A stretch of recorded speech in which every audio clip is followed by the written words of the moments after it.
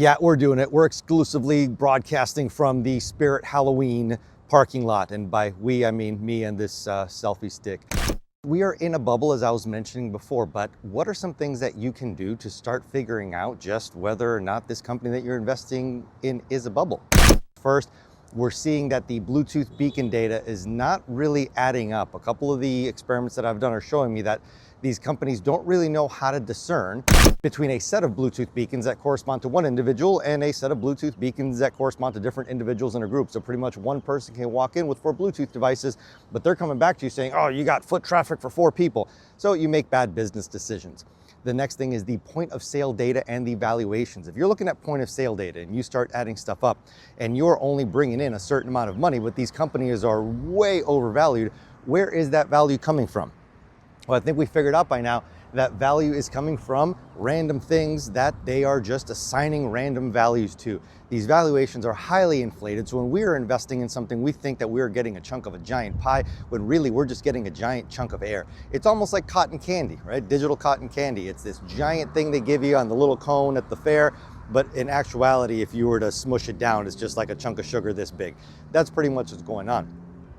If you look at small businesses, if you're looking, you don't even have to look at the actual point of sale data to get on that point of sale. Every time a transaction happens, there may or may not be some Bluetooth or Wi-Fi that goes over the air that could give you a little bit of an indication that a transaction was completed. So if you're sitting outside of a small isolated business and you're looking at this data, you could start figuring out how many customers are flowing in by looking at the customers in an old school way, and then figuring out how many of those customers are buying something, because you're seeing if when the customer goes in, is there a corresponding Bluetooth, Wi-Fi, or some sort of RF indicator from the point of sale. Pretty sneaky, right?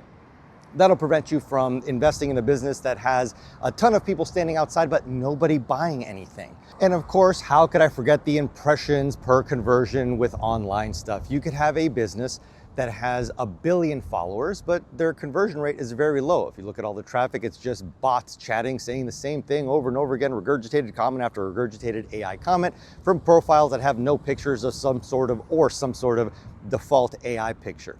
Then afterwards, of course, you start looking at the general RF data, and that is what I won't get into here, but if you want to have a one-on-one conversation, let's talk. RF is telling the stories that nothing else tells.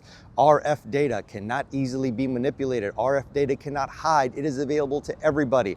When you are making your decisions, start applying new models, start analyzing things on your own. Don't trust the metrics that are coming out. Let's take a couple of examples. A business that has 40,000 reviews on Google, 1 million followers, everyone's commenting, but when you show up at the business, there's, I don't know, nobody there. Yes, it's in the morning, but this will get filled up at some point. The other thing that could happen is a business, you walk there, they have no social media following, but when you walk into the business, it is packed. You can't find a seat. Everything is crammed in. But guess what happens? Nobody's buying anything. How do you know nobody's buying anything? Well, you could stand outside the business and ask people if they bought something, or you could do a little bit of radio frequency analysis on the points of sale, and then you'll figure that out. Ghost or phantom valuations are huge. Don't trust that startup that says we are valued at $12 billion, but they can't even articulate how they can prove any of that. But then again, hey, that's business, right? Is what it is. So yeah, be careful out there with your money. Keep your money. Boring businesses are great. Let's talk. Happy to help in anything I can. Stay safe out there. And remember, you're watching this because you probably know me or you're bored or clicked the wrong button. So hit me up. I'm happy to talk.